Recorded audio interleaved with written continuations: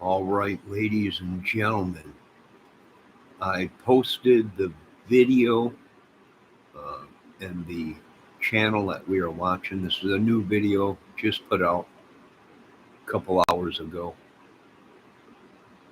And I want to check some of it out. Uh, some of it makes pretty good sense. So let's play a little bit of this. Miss Fox, can you hear me okay?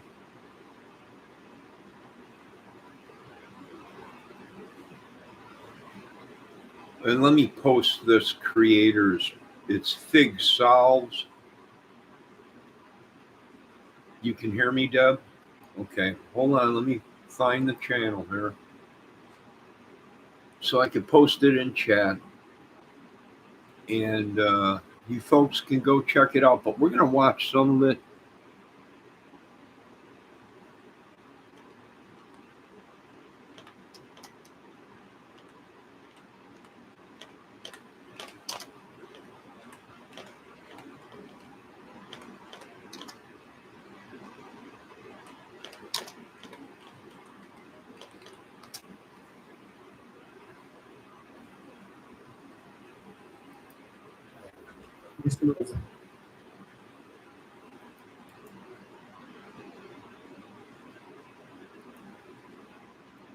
All right, hold on 1 minute, please.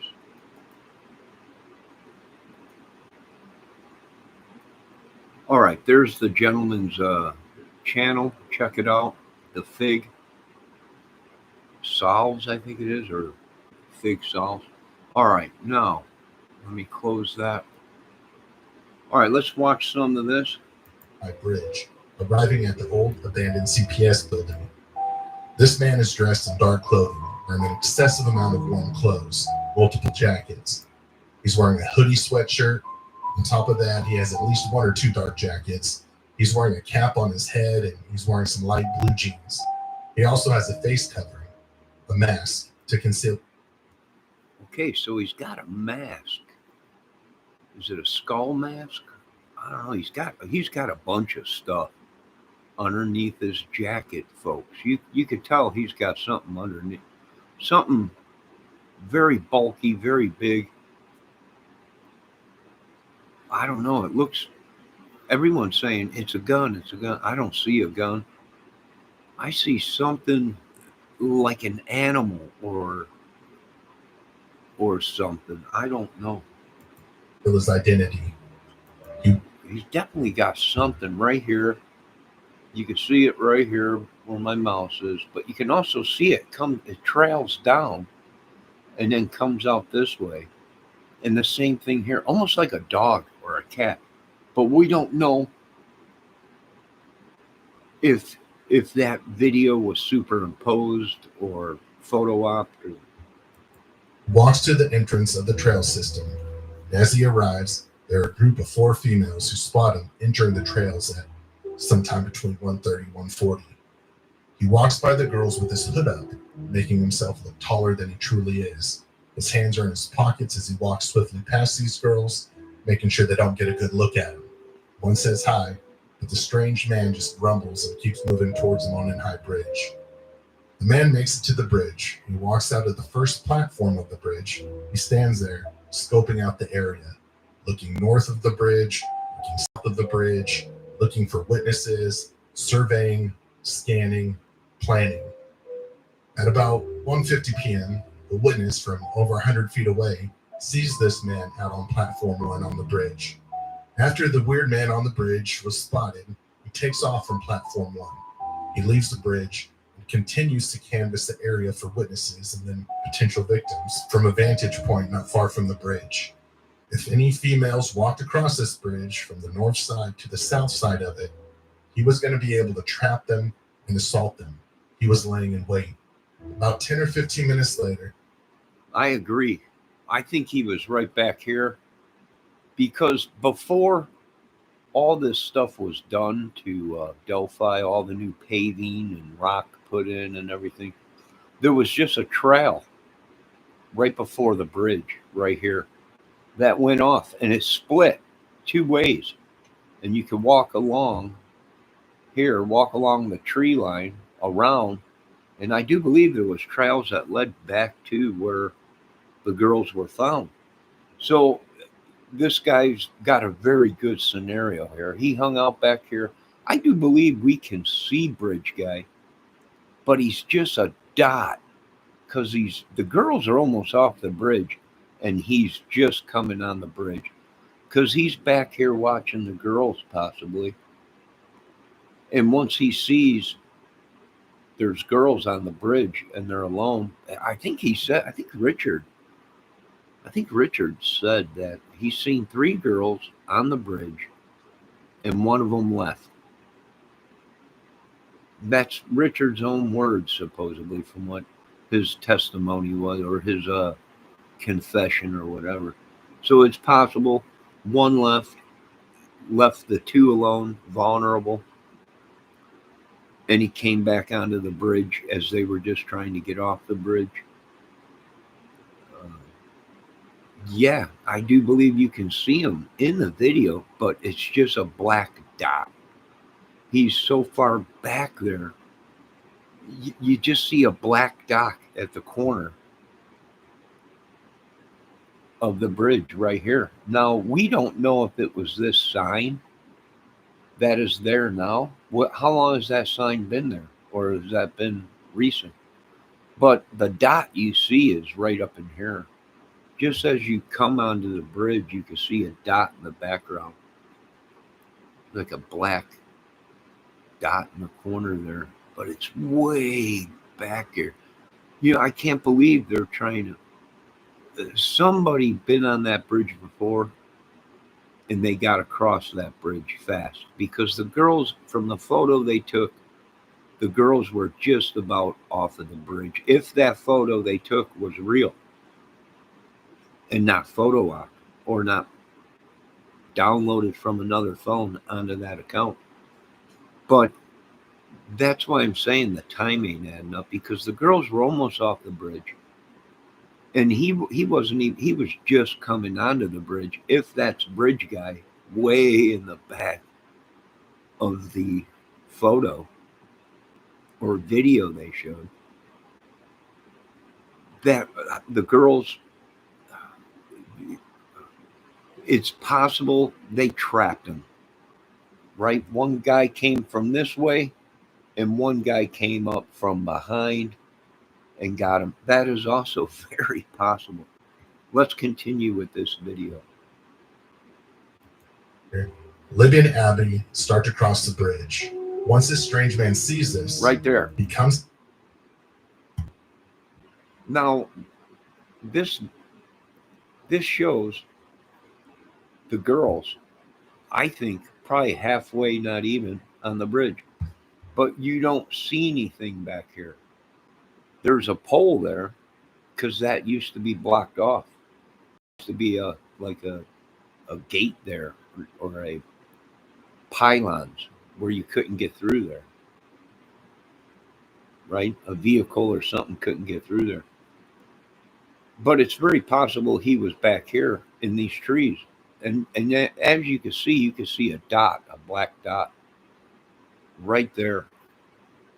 And it is possible he was in the bush there or on that trail. Out from where he was hiding out and discreetly observing the bridge, and he starts to quickly approach the girls from behind. He hops on the bridge from north to south. Liberty German, who's now at the end of the bridge, waiting for her friend Abigail Williams to cross the bridge for the first time, pulls out her phone and records a strange man approaching them at 2:13 p.m. At this point, the man on the bridge, Bridge Guy, catches up to the girls at the end of the bridge. He pulls out a gun and commands them to go down the hill, out of sight from any witnesses. This man abducted Libby and Abby. He had them undressed and ended up killing both of them. He covered their bodies with branches. Then he snuck through the woods to make sure that he wasn't seen by any people on the trail system. After avoiding detection, he wound up on a narrow 300 North Road, walking back to his car at the old secret. All right. So our scenario years ago on could one guy have done this with enough time? Yeah.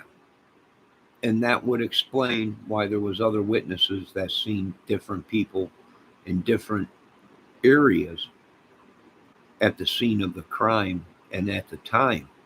So he could have walked in one way, changed clothes, and walked out another way. And that would explain that. Now, I'm not saying, I still think myself that other people were involved, some kind of a ring, sickos, maybe pedo stuff, whatever. But is it possible one man to do this with enough time? If Richard Allen lied and he never went to his mother's house, then he had plenty of time to stage this and get it ready. That's if he didn't go to his mother's house. Even if he was home at 11 o'clock, grabbed his stuff, he only lives minutes away from the bridge. If he drove, right? Because I think it's possible within his mind that he could have walked right out his back door, across a couple yards, and walked right into the wildlife and walked there and walked out. It's possible. Let's continue. Debbie says, so funny, RA is in prison convicted, but nobody calls bridge guy RA. Well, it's hard to tell. Do I think it's Richard Allen? Yes. I think it is Richard Allen, possibly on the bridge, if he put himself there that day, that time. But that don't mean he's the killer, right?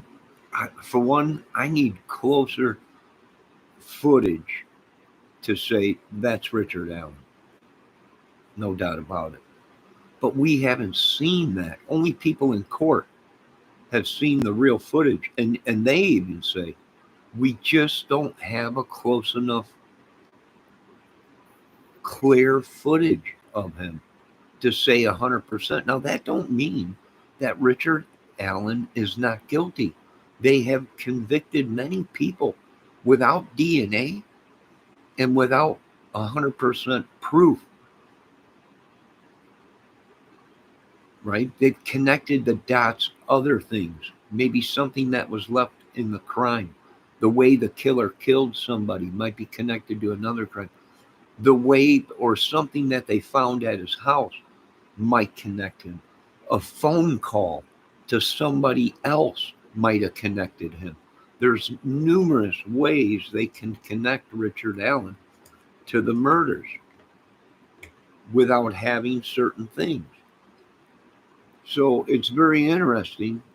And even though they have caught many people, they've not charged them with the murders of the girls. They've charged them with something having to do with Delphi, meaning the sick pedo stuff. And they were the last ones around to talk to the girls and got photos of these young girls. Okay, so we're going off of that. That possibly there was others. There's possible that Richard was just a kill guy. He was the one that was crazy enough to do something like this, right? And did it. But under someone else's orders. That's very possible too. There's numerous things, but let's continue with this video.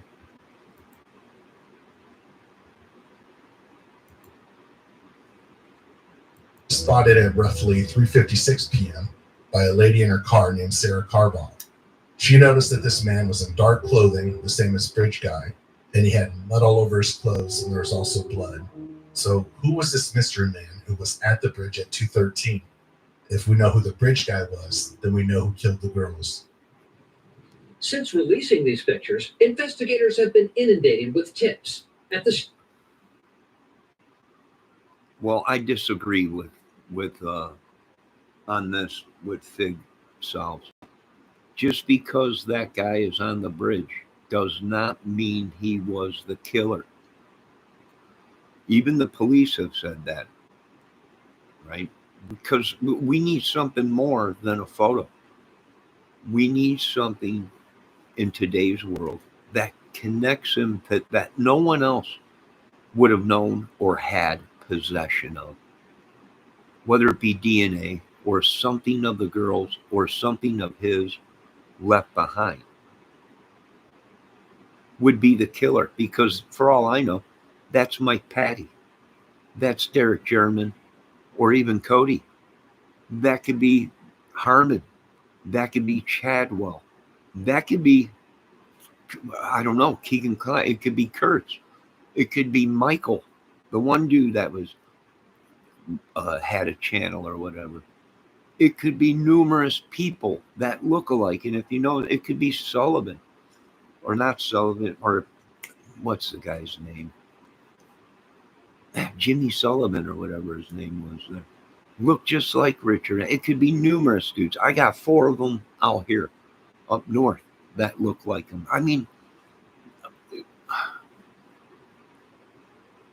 it's just not a clear enough photo to say that's Richard Allen. And I'm not saying Richard Allen wasn't there. This might be a big group of them. State police force this morning. 4 people walked in and said, gave us names of people they think that person might be. State police believe he is the only person they haven't identified who was in the area Monday afternoon. Now, come on, people. You can see he's got something big underneath his jacket. People are saying it's a gun. I see a gun. I don't see a gun. If it is a gun, maybe right here on this side. But what's all this puffiness up here around his chest? And what's this puffiness on the side? What's all this? I mean, that's a gun. Yes, I can see maybe that's a gun outline. That would be on his right side. It is actually the butt of the gun is angled down and the barrel is pointing back up towards his armpit. If he had a misfire, he'd probably blow his own arm off. I don't know why he's even carrying a gun like that. That's crazy. But people do crazy stuff. Possibly. But what is underneath that jacket? You can actually see the button here, or the zipper or button.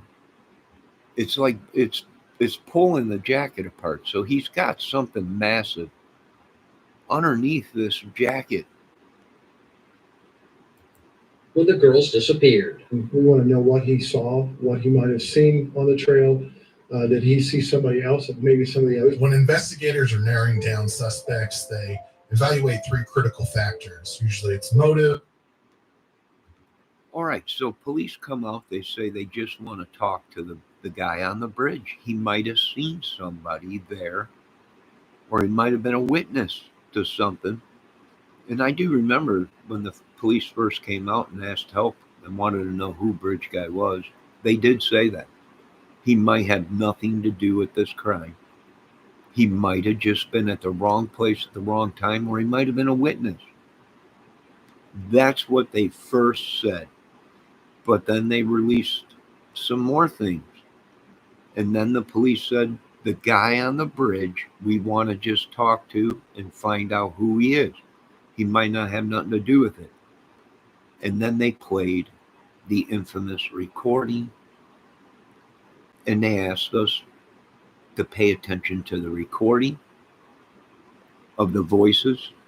And even then they said the guy on the bridge might not be the person or persons on the recording. And the person on the recording might not be Bridge Guy. And then they were asked if that was the only voice on there, and the police said no, there was numerous voices other than Abby Libby's on the tape. So was that a lie? Or did the police have a hunch that there might have been other people there? Maybe lookouts, maybe something other than what we were led to believe. The police did say they can't say certain things because it's an investigation. Means an opportunity. In the Delphi case, the motive was clearly sexual, as one of the victims was found nude. The means, well, an able-bodied male who owned a gun to control their victims and also probably owned a knife to commit the murders. But the most important of these three is opportunity. Who had the chance to commit the murders at the exact time and place they occurred? In this case, whoever was on the Monon High Bridge on February 13th, 2017 at 2:13 p.m.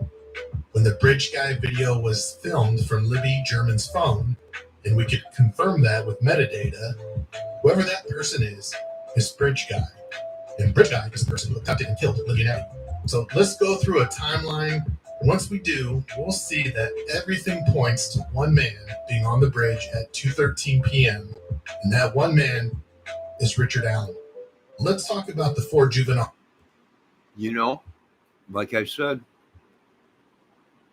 if Richard Allen would have never called in as a witness, would we be here today? I don't know if we would be here today. I don't know. If he didn't call in, place himself there in the clothing, and mysteriously, the phone that he had at that time came up missing. No one can find it. Is that a coincidence? I don't think so, folks. He was questioned. I do believe they were onto him. I do believe somebody was onto him in 2019, 2020.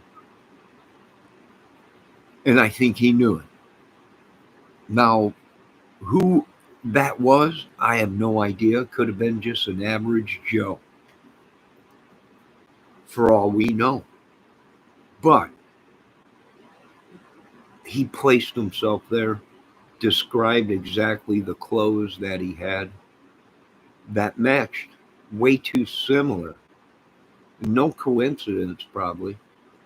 So if you can't place anyone else there with that kind of clothing that admits they were there at that time, then yeah, Richard Allen is the only one that was there at the time of the murders, why they were happening, on that bridge or close in that area, unless you find the other people that these witnesses described. You got 4 or 5, maybe 6 guys. They all these sketches out do not look alike. I say one of them sketches looks similar to Richard Allen. The one with him in the Irish hat or whatever. But the hair was wrong. And that's common. They could have seen someone else with a little bit longer brownish hair, curly or whatever. And remembered that, and they got the face right, certain things right. But maybe the hair was off or something. The length of the hair, color of the hair, whatever. All witnesses who were there on the trails that day. These girls included Rayleigh Voorhees, Bree Wilbur, and Anna Spath, along with Rayleigh's younger sister. They all arrived at the trails before 12:45 Yes, I p.m. agree. We know this because Bree Wilbur took a photo of the Monon High Bridge at 12:43 p.m. After that picture, the 4 juveniles were exploring the area. They made their way back towards the bench east of the Freedom Bridge, and at 1:26, Bree took this photo before they decided to head back to the Freedom Bridge and leave. No, at this point, from 12:43 p.m. until 1:26 p.m., they didn't see any other males on the trails or on the bridge. And they actually didn't see any other male until about 1:40 p.m. This is when they were on their way back. They encountered a man who matched the description of Bridge Guy. Rayleigh Voorhees, trying to be friendly, said hi to him. He didn't respond. He just glared back at them. They did describe him as wearing dark clothing. He had a mask over his face. His head was down. His hood was up. And with wearing a hood and having it up, you're going to seem a few inches taller than you actually are. But here's the part that ties it all together. Richard Allen later admitted in one of his interrogations that he saw a group of 3 girls on the trails, which there's actually 4, but he specifically mentioned that one seemed taller, and it looked like two of them might have been sisters, and maybe one was babysitting the other. That's the key detail, because Riley Voorhees did have her younger sister with her that day. This was a fact that wasn't public knowledge. Okay, so on February 13th, Okay, so he says he's seen 3 girls, 2 look like they were sisters, maybe, or whatever. People didn't have the public knowledge of that. We didn't know that. Well, we wouldn't have known that because we were only led to believe that he's seen 3 girls at first. But now they're saying 4 girls in the beginning of the bridge. But yet Richard Allen said that he's seen 3 girls on the bridge. Right? The bridge that they crossed or whatever. Well, what happened to the other girl? Did she leave and meet up with the other 3 girls in the front? And that would account for 4 girls? If not, and there was 4 girls in the front of the thing, Richard Allen still confessed in his statement that he's seen 3 girls on the bridge, but one walked away from the other one. So, yeah, and then you got Betsy Blair, you got the 4 girl witnesses that she's seen. They seen someone dressed in dark clothing with a mask. You know, see, this is where they might have been nervous. They seen somebody with dark clothes, dark colored clothes, right? It didn't have to be black. Well, they were wearing a darker colored jacket. Well, what, you know, is it dark blue, navy blue? These things look black. And the witness gets things mixed up a little bit, right? That happens. That happens. Especially they're young girls, nervous. They just were at a trail where 2 girls were slaughtered. You know, they might have got nervous and little things got mixed up, but they were right on the path. I mean, they were on the right track.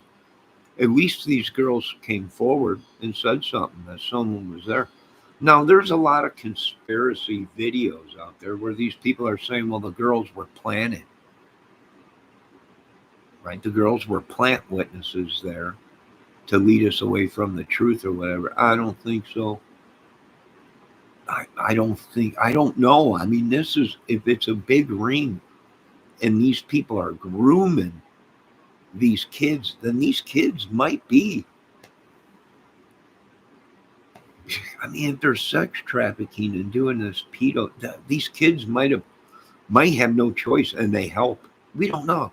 We thought there was 30 girls out there in the beginning of this case. We thought it was a trafficking thing. Of course, we found out later that there wasn't 30 girls out there when the girls got dropped off. So, you know, we changed, and well, it wasn't trafficking then, right? Because we got mysteriously there's 30 girls out there, but we don't have 30 witnesses. We don't have, where's the 30 girls? Where are the bodies? So in the beginning of the case, we thought it was maybe trafficking.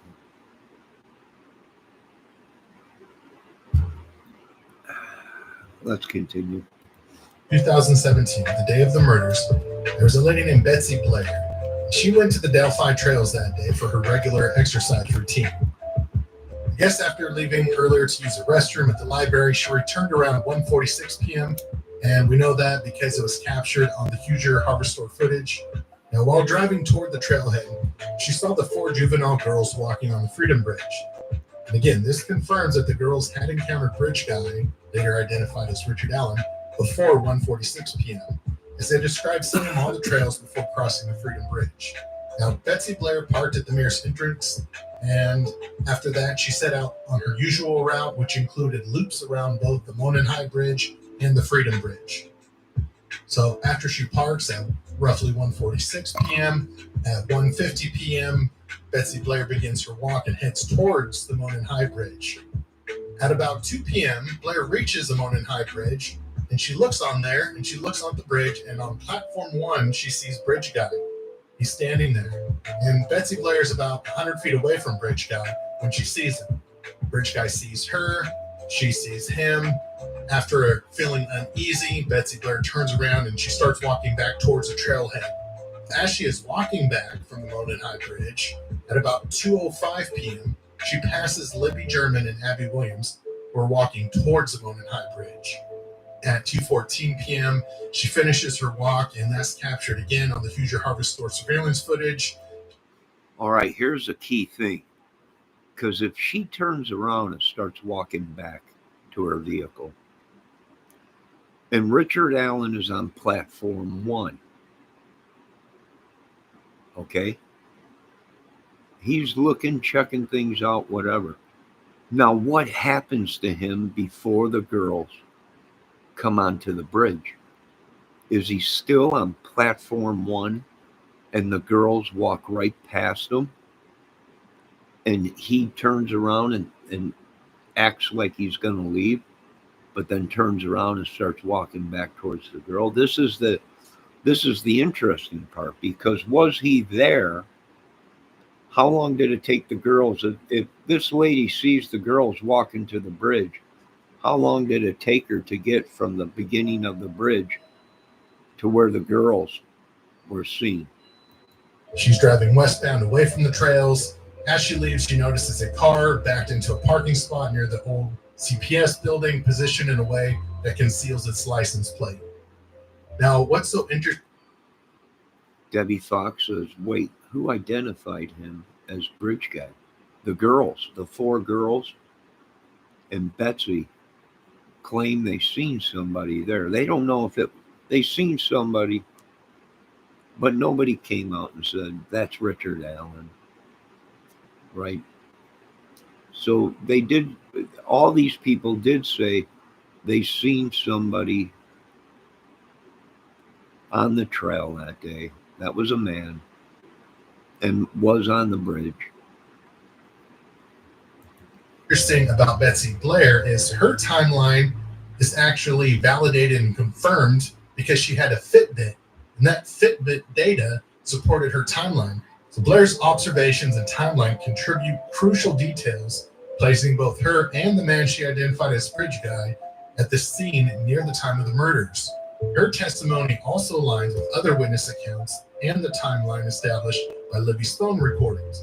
Okay, for Libby and Abby and their timeline, Kelsey German, Libby's sister, dropped Libby and Abby off at the Mears entrance of the trails around 1:49 p.m. on February 13, 2017.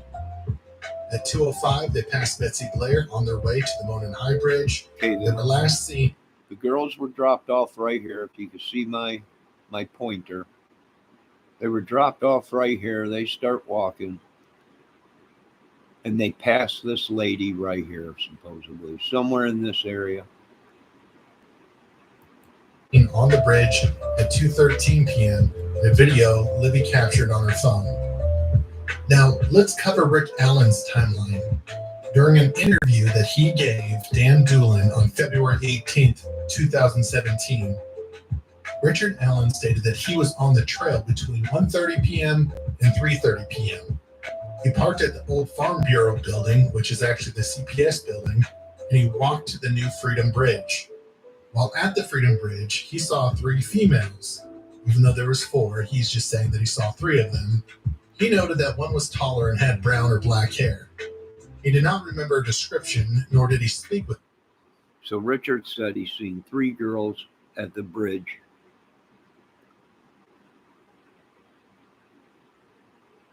Something ain't adding up from what he's saying, because he's saying that he's seen 3 other girls there. So is Richard lying? I don't know, because they're saying there was actually 4 girls in the beginning of the small bridge, right? That leads you to the big giant railroad track bridge. Very interesting. With them.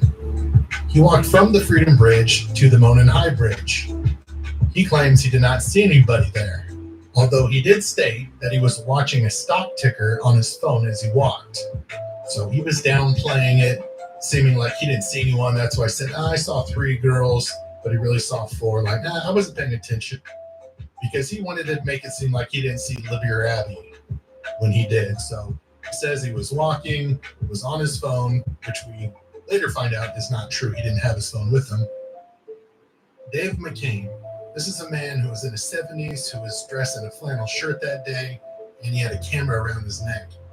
He stated that he was on the trails and bridge that day for about an hour. He didn't know exactly when he arrived, but it was sometime between 2 p.m. and 3 p.m. And he said he left the trail area around 4 p.m. So doing the math and based on what Attorney Luttrell stated in court, we can assume that Dave McCain got there about 2:30 p.m. And they were able to determine this based on other witness accounts and also for the fact that they have a SIM card from his camera. They know exactly where he was at what time based on all of the photos that he took. Next, we have Derek German. That's Libby's father. He arrived about 3:15 to the trails. He ran into Dave McCain. Sarah Carbaugh. She was driving east on 300 North on February 13th, 2017, when she encountered a man walking west along the north side of the road, away from the Monon High Bridge Trail area. This sighting occurred at approximately 3:57 p.m., according to surveillance footage in her account. Carbaugh described the man as wearing a blue jacket and blue jeans and noted that his clothes appeared muddy. So much mud was caked on him that it looked like his jacket was brown. But she described him as Interesting. So he was covered in mud. Wow. Would mud change the color of the jacket to make it appear brownish? Say so if it's covered in mud.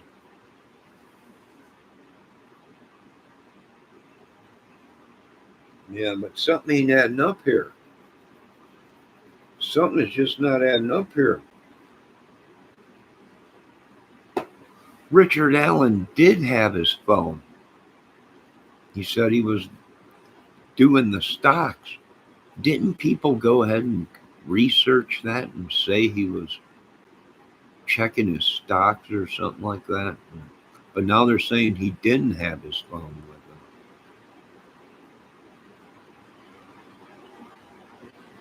That's interesting because he was at his mother's supposedly before all this.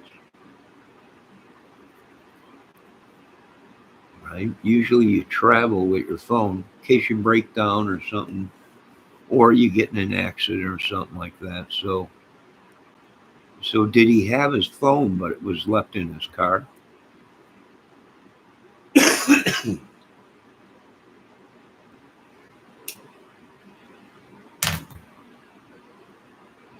I mean, he's married. He's got kids. An emergency happens, right? He don't have his phone. That don't make sense. I mean, it's possible, but then they would have known if he left his phone at home, his phone pinged there at his house. But he didn't have to be there.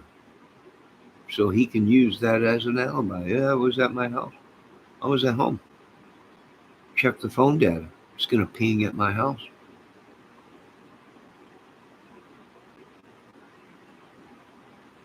He might have left his phone at his parents, maybe it pinged him. Who knows? We don't know.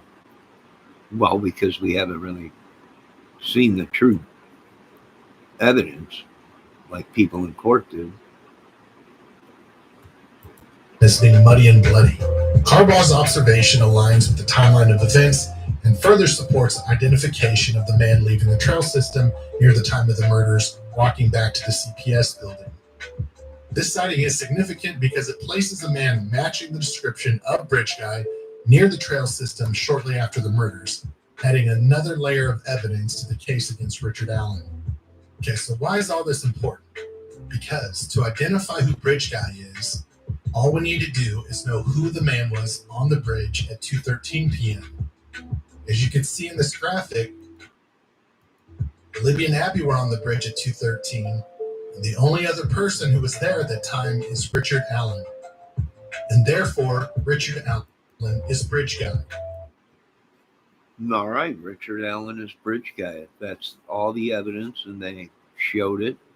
And Richard Allen is on the bridge anywhere close 100 feet away from the girls or whatever, if the phone's pinged or whatever. Then Richard Allen was there or whatever. if that's what he claims, I would have to see phone data to prove that he was there. I mean, he could have been there, but it don't make sense that they're saying he didn't have his phone. I do believe he did have his phone. And that's the phone we can't find, because that would have put him in that area close to the girls. I mean, that's why his phone disappeared, probably.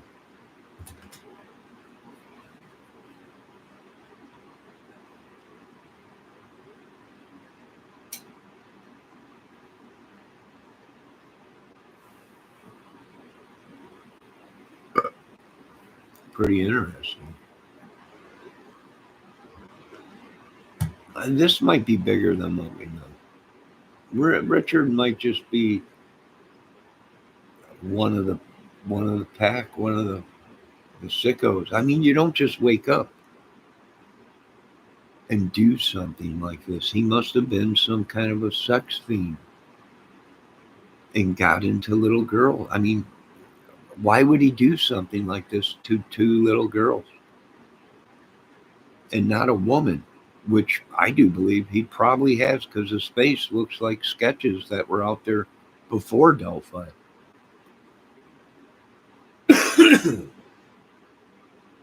So it's possible.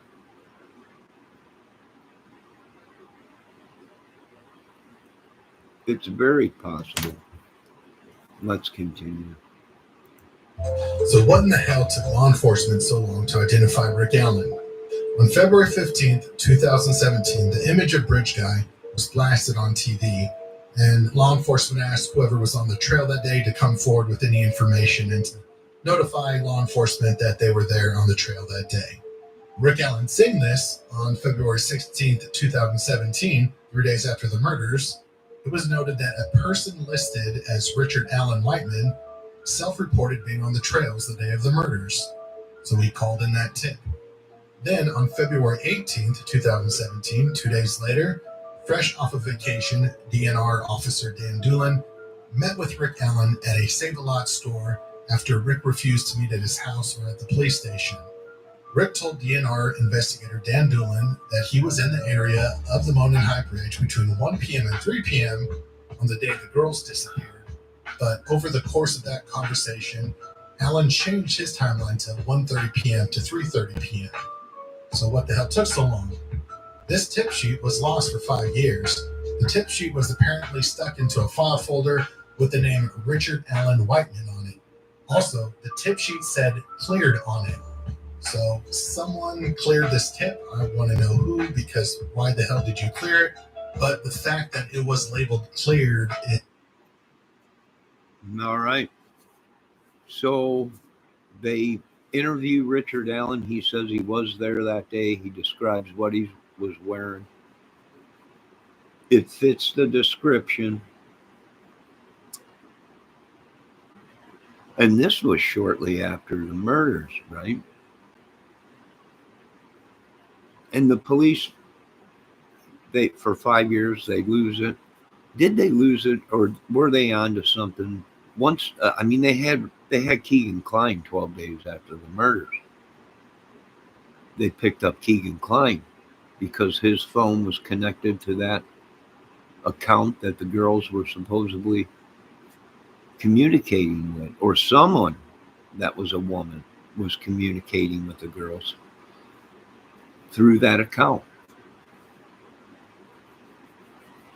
So were they onto it? Was it some kind of a pedo? Why would he do that? For one, you just don't wake up and do that without having the courage to know you're going to get away with it. And it must be exactly what the reports that we're hearing, that Richard Allen, at a young age, was mentally messed up and did bad things. There's videos out there of him with a kitchen knife or some kind of a fillet knife in his backyard, holding it to a cat, but then he realized he was being filmed and stopped. I mean, his threats towards his family, his wife, in the bar with witnesses saying that he would, just like that, all of a sudden become very irritated and become and say very threatening things to his wife.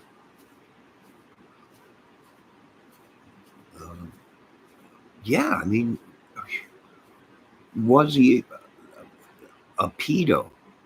And he knew it was over when the police showed up there, because sooner or later, maybe he thought he was going to be tracked through that phone. Maybe he was communicating with somebody that the police were already investigating, and that phone had to go because it would connect them. It would connect them to whoever the killers were or whatever this thing we're dealing with down there in Delphi. Which might be so evil and disgusting as a pedo ring, and it wouldn't doubt it if they're into witchery and sorcery and they're attacking us with demonic things. Yeah, I would believe it.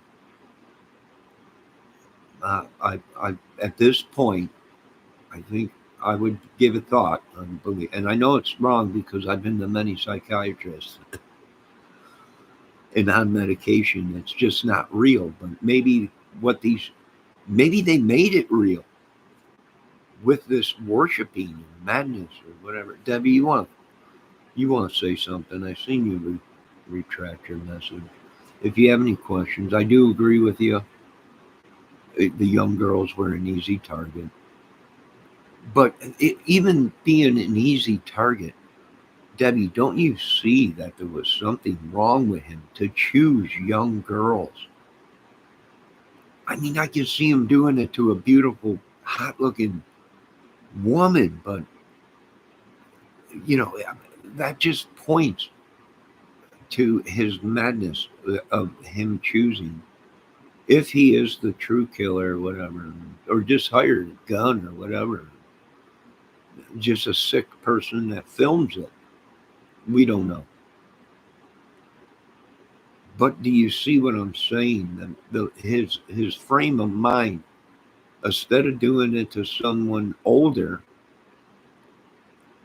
he chose to do it to somebody vulnerable and young. And that alone is, and I do believe he's done it many times.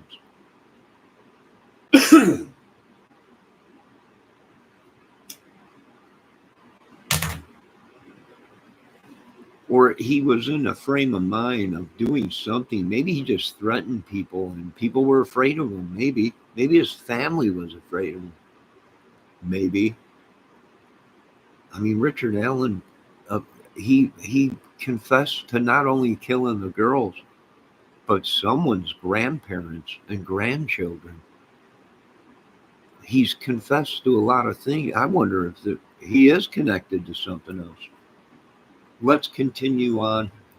Is probably why it got put into a different section or a cabinet, because I doubt that cleared tips go through the same triage that non-cleared tips go through.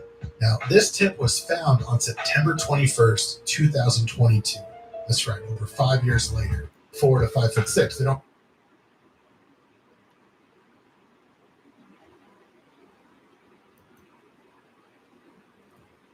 Hold on a minute. All right, take a look at this photo. Can I say 100%? Right, they put Richard Allen's face underneath the photo here and underneath that. Can I say 100% that's Richard Allen from that photo? No. To me, it looks like a dude with a really dark brown Fu Manchu, right? A goatee. Could I say it's 100%? I can't see any details in the face or the eyes to say it's him 100%. If they were to say, we're going to hang this dude, he's going to ride the lightning, is it him? I can't. You got to give me something else, because this is a photo 60, 100 yards away. It's a still photo of a video that was put on pause, and then a photo taken. It's already blurred, distorted, fragmented. A bad signal, because it's possible what we're looking at is bad signal from the phone. Right? The phone the girls were using, it's possible battery was low, or the phone had bad signal. Can I say 100% it is him? Not from that distance. If they came to me and said, we got something else too, and there's no way he can get out of it, and they showed it to me, and it was 100%, they got him, it's him. But he only knew this, and no one else knew it. You know, we withheld this. He was the only guy. Then I would say, well, it's him. We found this at his house. You know, we got phones with this. You know, then I would say you got your guy. But here's the thing. Now we know the pedo ring has been exposed. And that's why this case is not closed. I can't say 100% from that photo that that's Richard Allen. Now, I'm not saying Richard Allen has nothing to do with it or not on the bridge, but he placed himself there the same exact time as the girls, the same exact clothes that was being worn. Now, either he's the most stupidest person, put him there, which we're seeing a lot of these YouTubers doing this. They're putting themselves there and they had nothing to do with it.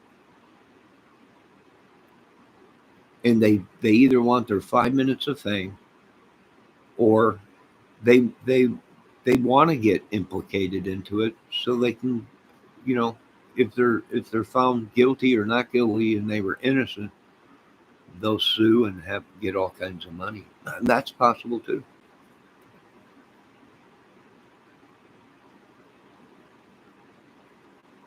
There are so many theories with the Delphi case. It is scary, because they all are possible. He wanted to change his height from 5'4" to 5'6", and he also listed a different weight. This is strange because adults in their 40s don't grow from 5'4" to 5'6". They don't grow 2 inches.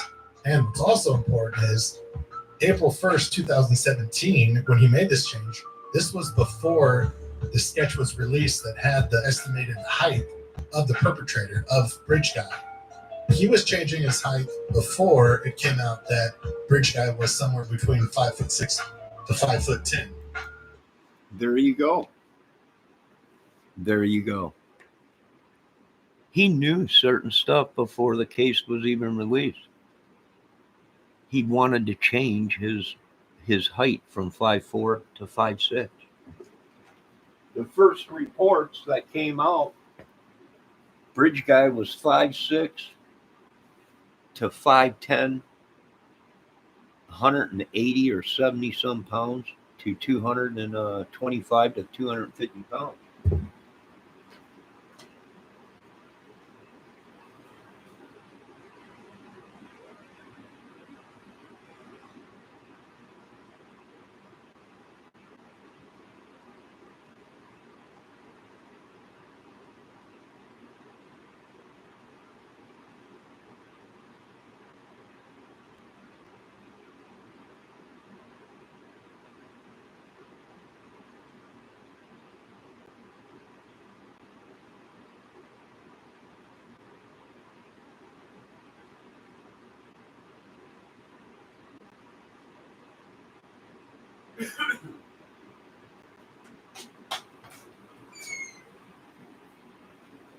So what does that tell you? He was 5'4".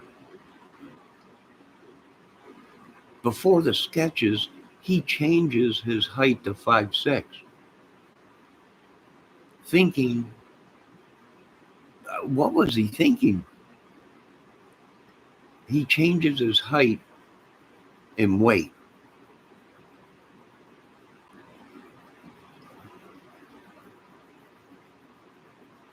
Am I hearing that right? Are we hearing that right, folks? Let's listen again real quick. Listed a different weight. This is strange because adults, and what he discovered was Allen applied for a new fishing license on April 1st, 2017. And what's so strange about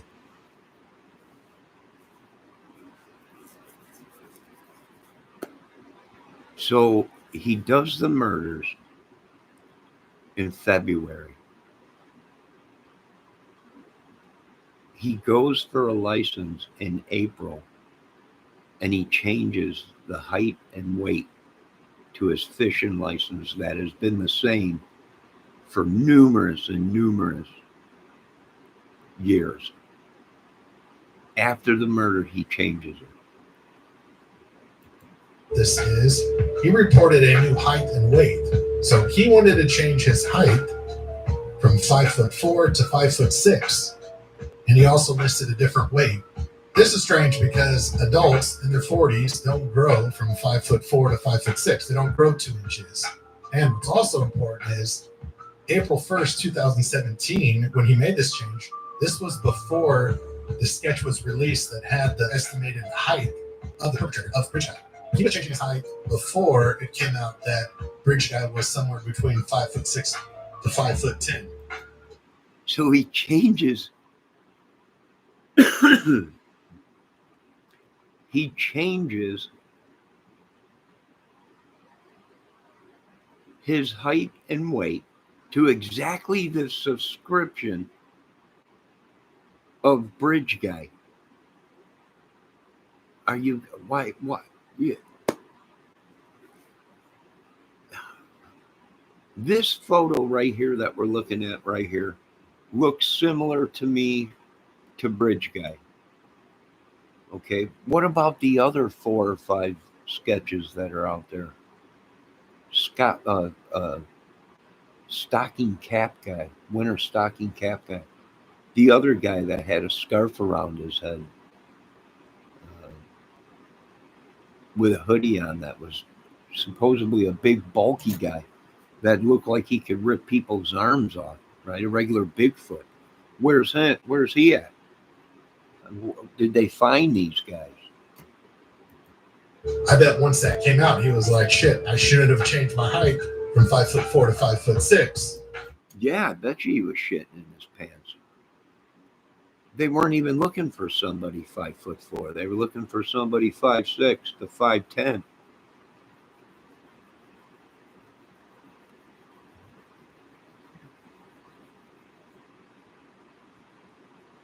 Right?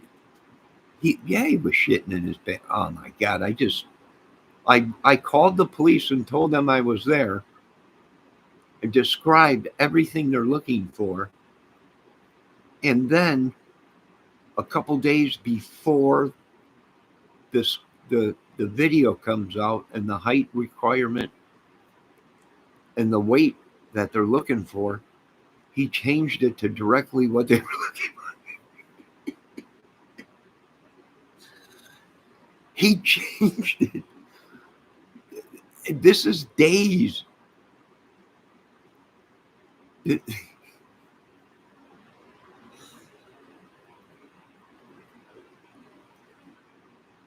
Yeah, I mean, can you? What can you say? Not much. Where's the phone, Richard? That's what you say. Where's your phone?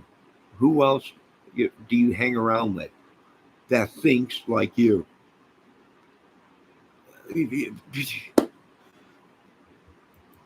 That was definitely suspicious behavior by Rick Allen to change his height shortly after the murders. All right, here's some other reasons why it took so long to find and arrest Richard Allen. And I see this question a lot. How come no one identified Rick Allen as Bridge Guy? I hear this about how come no one in court identified Rick Allen? Like, why didn't they look at Rick Allen and say, that's the person who I saw at the bridge? The reason is because Bridge Guy was wearing a hoodie, a head covering, and a face covering. He was walking with his head down. Rick Allen wore extra jackets, so you couldn't tell how much he weighed, how big he was. He was in a disguise. So why he wasn't recognized or identified, Well, yeah, I mean, probably they couldn't see full features of him, his eyes. I think that's the first thing they put out was his eyes, a sketch of Bridge Guy's eyes, because that's probably all they could see of him. They might have seen the outline of his nose if he had a mask on over his nose or whatever. And the clothes, yeah, he's got a bunch of clothes. He's got something underneath his jacket. Whether it be other clothes or something is very obvious underneath his jacket, like a backpack or something, or maybe stuffed animal, maybe shoes. Jesus, there's a shoe tree out there. Maybe there's two pairs of shoes in there that his next victims, which was Abby and Libby. We don't know. They never. We're the last one to know. You know who knows? God knows. The government probably knows. But let me tell you something. The American citizens, we're the last to know. We're the last to know. They tell us when it's too late. Oh yeah, we forgot to tell you. There was a shoe tree out there with over 50 shoes, pairs of what? We're the last one. The American people are the last ones to know about anything. All right, let's keep going. Is because he was in a disguise. He was trying not to be seen. They couldn't identify him. But all those witnesses had to do is identify that they saw a Bridge Guy at a certain time at a certain location. And they all said the person that they saw was Bridge Guy. Another reason why it took so long is Rick Allen lied to his wife. Rick only told his wife that he was at the trails that day. He never told her that he was actually on the bridge that day. She didn't learn about this until an interrogation that took place in October of 2022. Indiana State Police Lieutenant Jerry Holman, and he is the lead on this investigation, oversees it, as you said, and he supervised the search warrant execution. Boy, that Jerry Holman's a big dude. Did he play linebacker for Green Bay? I think he might have back in the day. That's one big guy. You don't want that guy running at you, hitting you full steam. Richard Allen's home in October of 2022. And Holman testified he told Richard Allen when he went there, look, if police damage anything in your house during the search warrant, you can fill out this form and we'll come repair it. And Holman told the jury that Richard Allen said, it doesn't matter, it's over. Holman then said that he and Richard Allen sat in Holman's car. Holman described Richard Allen as being very quiet, that he got out a few times to smoke a cigarette. I think that played a key role in the thing too, because recently we found out that there was a cigarette butt found and supposedly a bandana. And that might have been when they figured out that Richard Allen might have been the killer, because if that's true what they're saying, and they had a cigarette butt, and here Richard is smoking in front of the detectives, they might have just been like, hey, Richard, I noticed you smoke, right? They might have got one of his cigarette butts, and it was a connection, maybe. And asked Holman at that point if police had detained his wife, and Holman told the jury that he told Richard Allen no and offered to drive him to his wife's work. Holman said that Allen replied again for the second time. Let me see what my mod is saying. That guy might be innocent. Maybe he has a small dog in there keeping it safe. Maybe, Debbie. Very interesting question you brought up, or answer, whatever it is, because there was reports of a guy out there walking a dog in the beginning of Delphi. We had Dog Lady and we had Dog Man that was out there walking their dog. Now, it very well might be a small dog or something under Richard's jacket. That's possible. An animal? That's very possible, Deborah. Now, let me see what else she said. R.A. may have been under the bridge watching them, and he was waiting for them at the end of the bridge. That's also possible. being that we don't have Richard's phone, supposedly, we cannot track where Richard was. We would have been able to tell there was an elevation change from up on top of the bridge to Richard going underneath the bridge or in a ravine and hiding. But guess what? We don't have that phone. Mysteriously, it disappeared. I'm just saying. Bridge guy may be innocent. I don't know. He's the only one there that placed himself there. It doesn't matter. It's over. Now let's take a listen to some of the things that they took out of Allen's home when they served that search warrant. We learned today that they took more than 25 guns and knives, a blue Carhartt jacket, cell phones and pagers, a Sig Sauer gun from Allen. 25 guns and 25 knives they took from Richard's house. 25 guns and 25 knives. Allen's nightstand.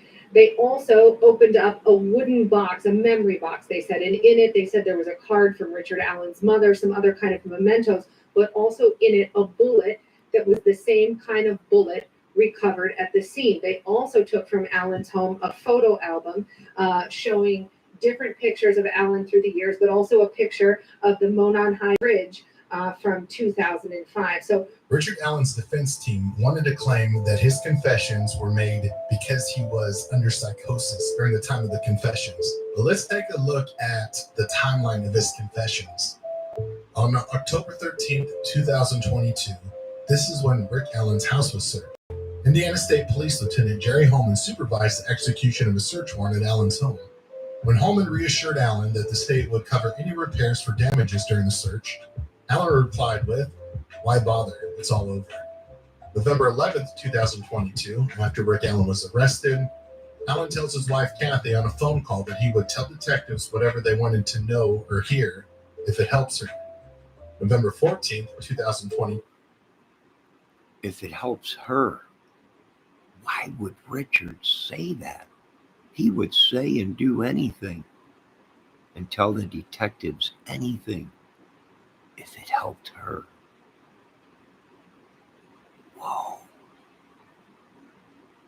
Whoa, that's shocking. Why would Richard say that? It's almost like he's protecting her. Were the reports in the beginning of Delphi true that there was a woman, possibly, that was on the recording? This is were they led? Why would he say that? I don't know. But why then? Why would he call and place himself there to the police? Why would he describe exactly what he was wearing? Why would he change his height and weight? What is, oh man. 2. Allen expresses guilt and sorrow, apologizing to Kathy, saying, I'm sorry. I know what you told me." On this call, Allen seems distressed, hinting at wanting to confess. Kathy encourages him to get help, and Allen speaks about possibly seeing her in the next life. Now, March 5th, 2022, Allen wrote a request for an interview with the warden of the prison that included him stating he wanted to confess to killing Abby and Libby. Allen simply states he is ready to officially confess for killing Abby and Libby. This was... Now, do we know if Richard Allen really wrote this letter? Now, see, I wanted to call in handwriting experts. Hey, Fig Sol, sir, I'm watching a little bit of your video. I did post your channel on my description and in my chat. Ladies and gentlemen, that's Fig Sol. If you want, sir, I'll stop watching the video. No need to strike me down with a bolt of lightning. But I'm explaining to these people that did they have a handwriting? Hello, Queen of the Green. You are new here. Come on in. Fig Sols is the gentleman that we're watching on right now on this video. All right, now, do we have handwriting experts that looked at this handwriting and said that's Richard Allen's handwriting? Because I'm seeing somebody that's writing like they're in 8th grade, but then I'm also seeing writing that seems almost different. Is it me? Did they have someone look at to see if it was him? You know, there was a lot of people that were in jail at the same time as Richard. If it was a big conspiracy, like everyone said, then is it possible that someone else wrote a confession and turned it in? Well, if it's so corrupt like everyone thinks, then maybe, I don't know. But let's continue a little bit more. Hello, Duchess. Hello, come on in. We're listening and just chilling here. It's March 5th, 2023. This was before there was any signs of psychosis. March 21st, 2023, Allen accepts Jesus Christ as a savior, reflecting a change in his behavior and outlook. March 24th, 2023, the prosecution provided Rick's defensive team with news on the direction of the case. On April 3rd, 2023, Allen confesses to Kathy Allen, his wife, saying, "I did it. I killed Abby and Libby." Kathy tries to convince him that he didn't do it, attributing his confession to mental issues and medication adjustment. Here's a note. As of March 3rd, 2023, Rick Allen's defense files an emergency motion to modify safekeeping, in which this document they state, as of Monday, April 3rd, said information, the discovery, has yet to be provided to Mr. Allen. Wow. So here's what I don't understand. Help me understand this. Why did Richard Allen tell his wife on the phone that he will say or do anything and tell the detectives whatever they want to hear if it helps his wife? Now, ladies and gentlemen, let me connect some dots for you. We know that there was a pedo ring before Delphi. But now let me just say another thing, folks. He did not choose to rape a teenage girl, 18, 19, a tiny one or whatever. He didn't choose to rape, well, as we know in this case, he didn't choose to rape an adult woman. He chose 2 young girls and had sick thoughts in his mind.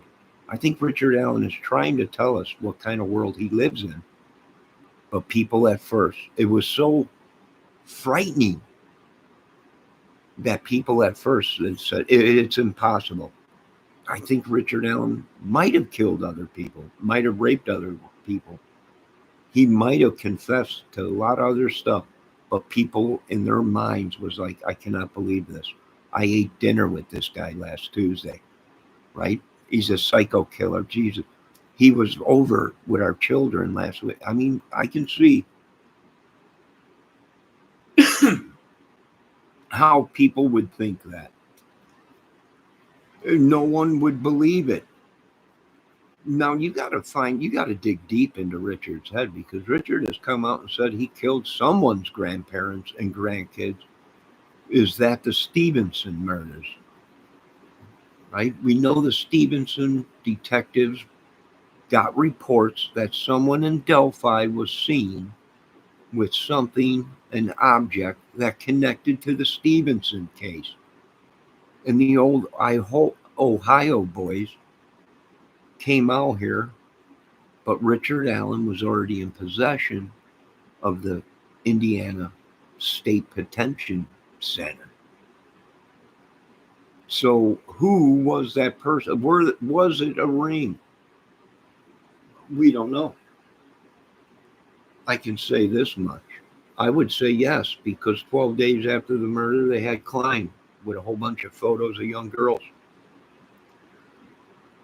him and someone else was communicating with the girls through the Anthony Shots account.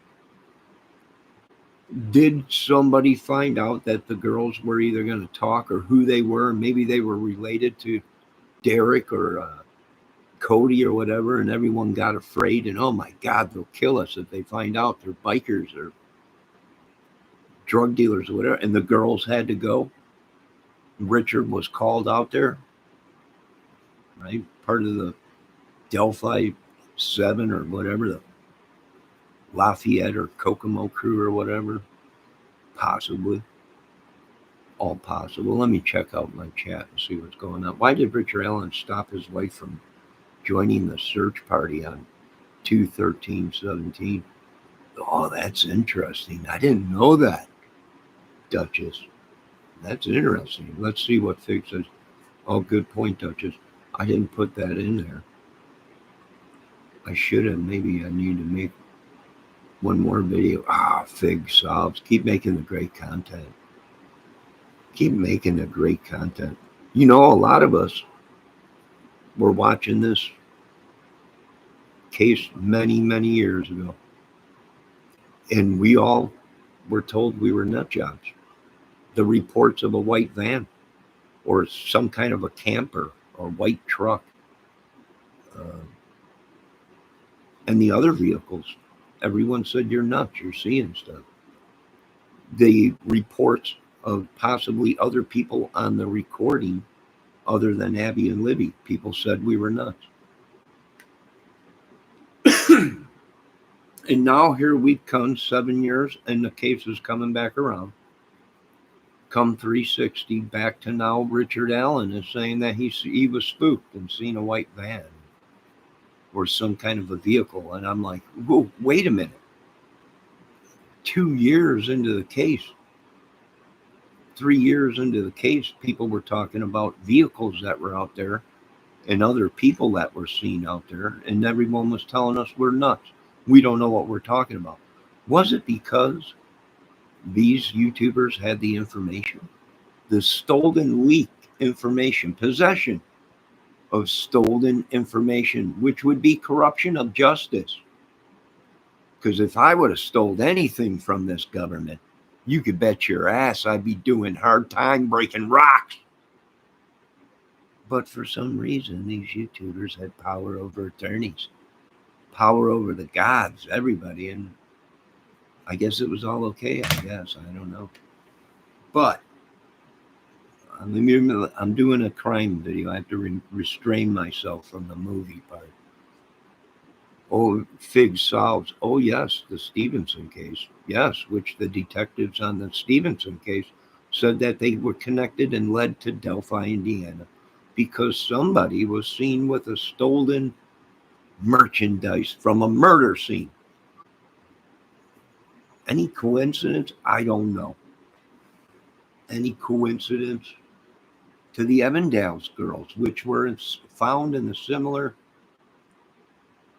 situation, surroundings next to a river, and staged like they were planted there. It's just too crazy.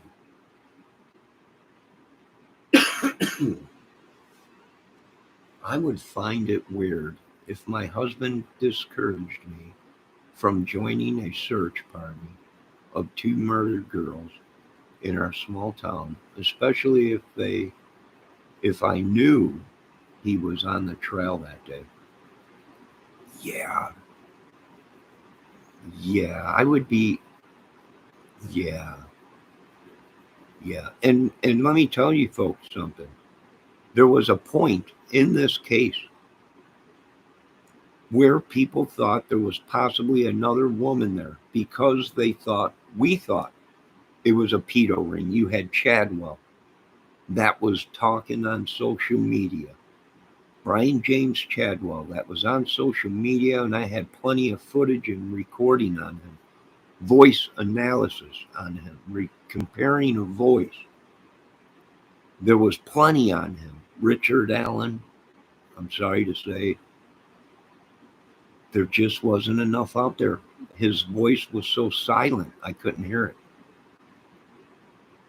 It's similar, but to really hear it, all of his recordings that were out, he don't talk long enough to get a connection, it might have been him. He might be one of the people on the recording. But you had these guys, Klein, Sullivan, you had all these guys out, Kurtz. Only one bar in town where all these dudes went and drank. Most of these guys have already confessed. They know exactly where Delphi Bridge was. It was known to be the party place, cook place, whatever, to do whatever. And I think maybe the shoe tree, when did that pop up? Because here they are telling us that's where we did our dirty work. Excuse me, I need a cough drop.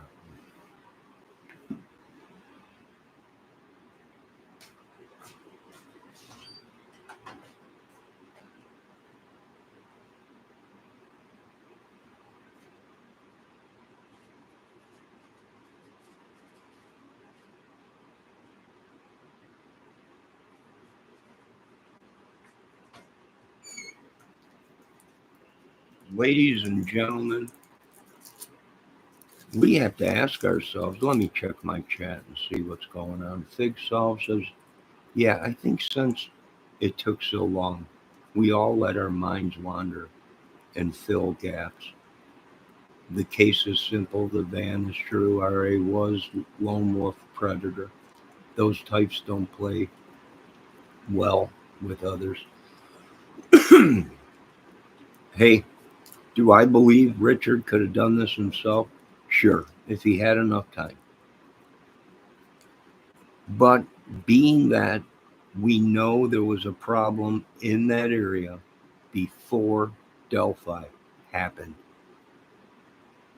with pedos, because there was a task force a year before Delphi or 2 years before Delphi that was created because of these guys down in Delphi. Now, maybe there was other people that were connected to the case but didn't do the murders. Maybe there was other people thinking, glad they got him, because they also were communicating with the girls in this pedo ring. Then you also have to take in consideration of the situation that the family was in before Delphi with the drugs and the ratting on people. These all play a part.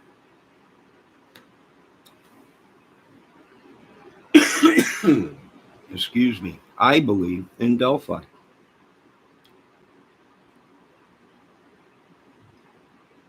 At least we know this much. They have exposed a ring, a club, a gang. And why do I say that? Because these guys have talked about it on social media. Keegan Klein was all over social media, posting photos of drugs, gold watches, boats and hoes, and all kinds of stuff, right?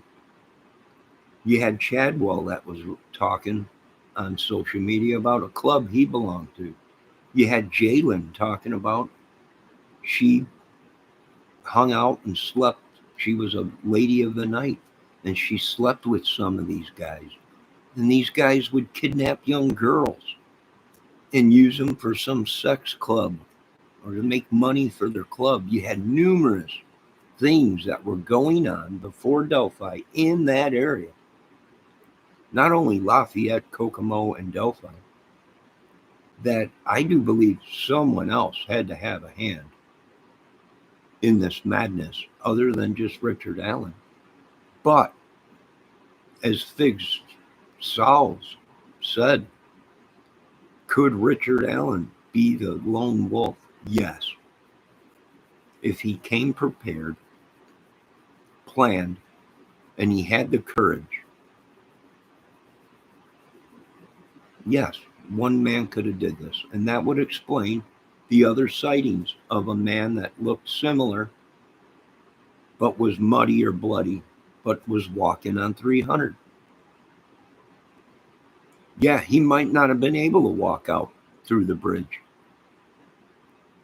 because there might have been someone on the bridge. So he had to walk out a different way.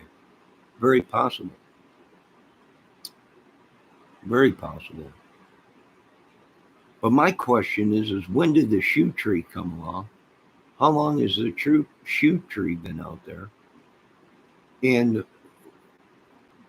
who are the shoes from? Who put the shoes there? Because in the beginning of this case in Delphi, it was dolls that were spread all around the crime scene. Stuffed dolls. That was in the beginning. Did they get that wrong? And it wasn't dolls. It was shoes hanging from trees. Maybe. Let me see what Duchess says. If I told you I left work at 4 today, I could subpoena my online records and find that I connected to my home Wi-Fi and show that you were at home, and yeah, I would be able to prove my timeline. Alan could not in any way. No, I have a feeling his phone that's missing from 2017 might have had something on it other than anything else. Or that phone that's mysteriously missing would have pinpointed right where he was. Every step he made, they would have known. And is it shocking that it's missing? No, they found every other phone he had but the 2017 one. For all we know, anyone could have it. He could have gave it to somebody. He could have sold it to somebody.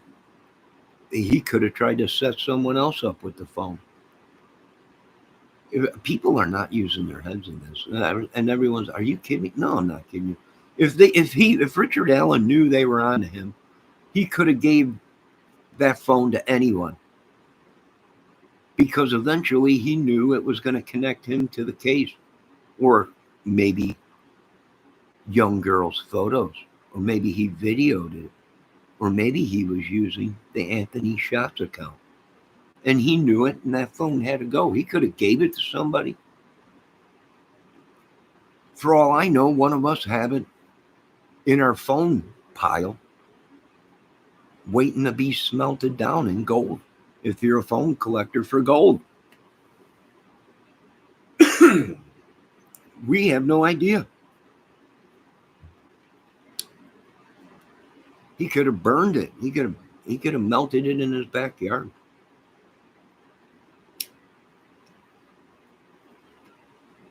But Duchess is right. Duchess is right. Richard Allen might not have had his phone, but he was placed there. He was seen there, and then he calls in and says he's there. And they might have said, "Well, your phone pinged." And he was like, "I didn't have my phone. It was at home." Bingo. Right?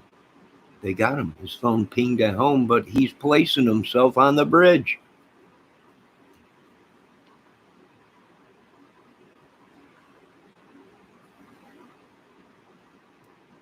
He practically solved the case for him, that there was a mix-up.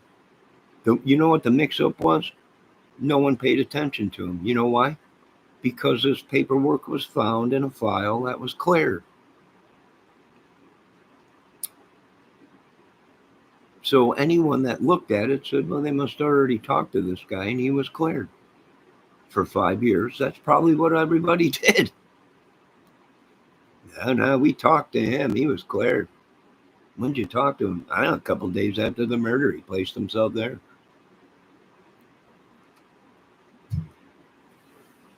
All right, folks. We're at an hour 30. I want to thank Fig Solves, and Fig Solves might be right. He might have been a lone wolf. He might have been a pedo, sick, lone wolf. And if he did it once, I know dang well he's done it before, because you just don't wake up one day and take a big risk like that with people around and do something like that if you ain't got the confidence that you're going to walk out of there and you're going to get away with it. So I would be looking into other cases. Let me see what Debbie Fox said. I wonder, was that like a prepaid phone? Don't know, Deb. Don't know if it was a prepaid phone or a hot phone or a phone that was, if he had a provider, the provider would have had records of that. You would think they would have data. The provider would have data in their servers or in their towers or whatever. Maybe that's part of the stuff that got lost. We don't know. And then you got a cop that lied, that they fired because he was lying, covering up. Did they cover it up? Maybe they covered it up for Richard. Maybe they covered it up for these pedos, because maybe these pedos knew somebody. Maybe they all were part of something. Who knows? I don't know. Not really. They would have to have that phone. Well, they can't find that phone, Deb. They found other phones, 25 guns and 25 knives. 25 guns and knives. So that's a lot of guns and a lot of knives. If there was 25 guns and 25 knives. I mean,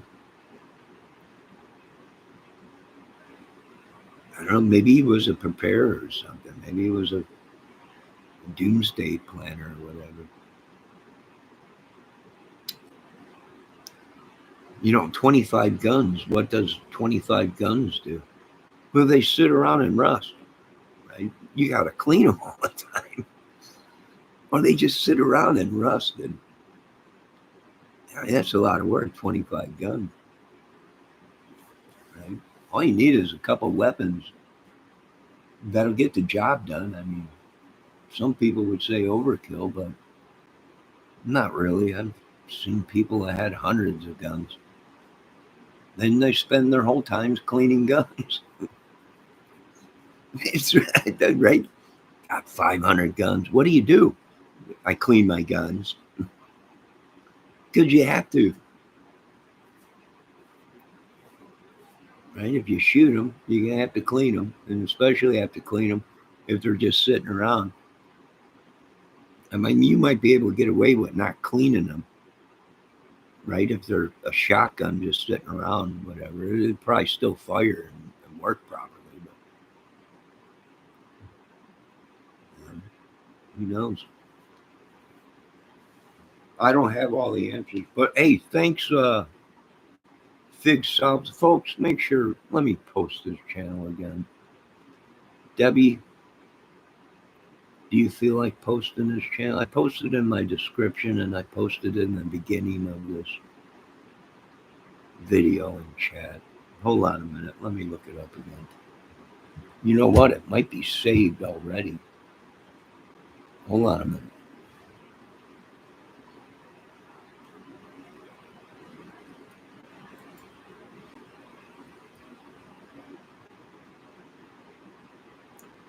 Debbie, I'm going to post this. Good God, I hope it ain't some sick video. Debbie, if you click on that, does it go to Figs? Oh, dang it. I think I was supposed to. I'm new to this.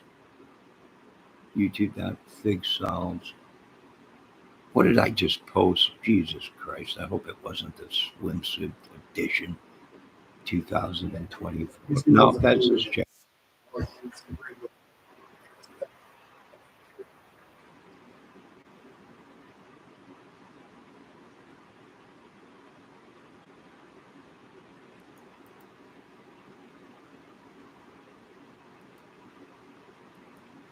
All right.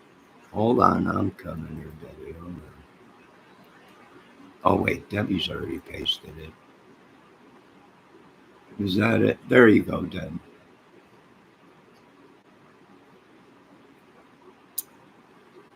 I guess if you want to post Miss Dutch's channel, Debbie, you can. All right, folks, we're going to end this video. We're going to watch more of these theories and known things, and there ain't one bad theory that I'm hearing in the Delphi case. Why? Because all these people placed themselves there at the scene of the crime at the time. They all have records. They all got questioned, and you don't get questioned in a crime like this unless you have a past of something like that. And that's why there's so much curiosity and so much suspense around it, because could one guy have done it? Yes. Is he's done this before and he's just an idiot and a madman? Yes. But was there more people around at that time that could have played a part in it? A lookout, whatever. Yeah, that's also possible. It's possible there was other people there. And we were led to believe that by the police interview and the police video that was put out, where they said there was numerous voices on the recording of Delphi. So we were all led to believe there was others. And then 12 days afterwards, they pick up Keegan Kline. And we find out he's some pedo with a fake account talking to a bunch of girls and getting nude photos of him, whatever. And he's released. And he boot scoot boogies out of town and goes to Vegas. Right? Not long after that, Chadwell was picked up and found with a 9-year-old girl in his basement. Yeah, there's more to this case than we're seeing. Can the police connect all these guys of knowing that they all knew each other?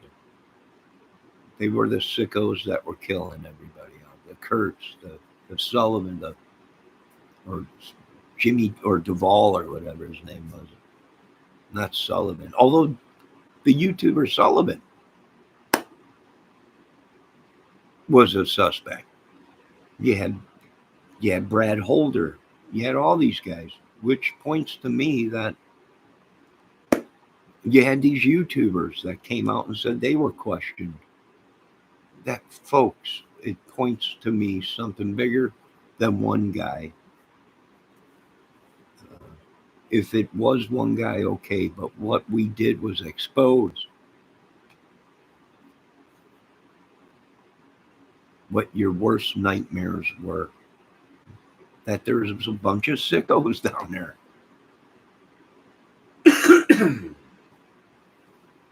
Right? And these are not names that we just picked out of a hat, Pedro Williams. These are names that the police were investigating. These were people that were in trouble before Delphi.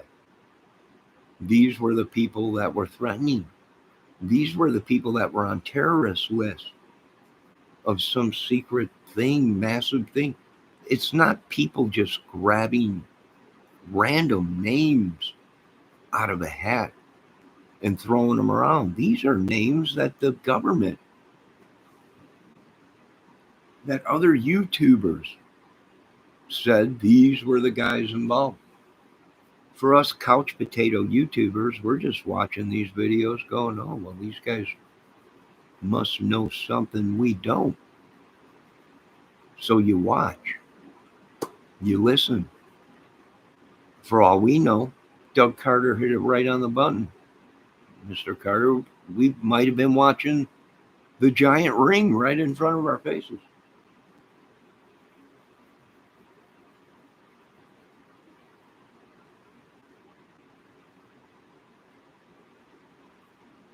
So we will be back with more Delphi. Is Delphi over with? Delphi will be over with when the government and all the branches come on and the police come on TV and say the case is closed. I don't think that's going to be happening anytime soon. They want the case to go away. It's damaging the town or whatever. But if we let every sicko walk away because they knew someone or belonged to some gang, that's why our country is the way it is. All right, ladies and gentlemen, I'm going to end this video. I want to thank you all. I am getting attacked by something. Boy, I was having a great day. Not coughing or nothing. I go live with Delphi, and boom, here they come. The madness. Terrorists, I think they're probably going to hire the terrorists to get rid of all you folks with this witchery and demon stuff you guys created. Warlocks and Odins and everything. You're going to need something. I think the government got wind of what you guys are doing, or whoever these people are. And then soon will be over. And what's sad is the innocent people, we have no idea what's going on. We're just YouTube couch potato crime music movie men. We're just watching and making stuff, right? All truth in it, right? Ain't it? We were liars in the beginning, but now it's all coming back around. The police are like, well, there was a white man. Richard said there was a white man. He got spooked by a guy in a van. Or, ha! You remember? We were all nuts. Pareidolia. You remember as below? What was his name? As above, so below. You people are crazy. You all got pareidolia. I was laughing my butt off. But now we come 360, and there was a van. Now, you folks have a great night. God bless. The madness continues in the Delphi case. They want it to go away. Everyone wants it to go away. But ladies and gentlemen, with sickos like that running around in our country, I don't think it'll ever go away. Have a great night. Be safe. God bless. Thank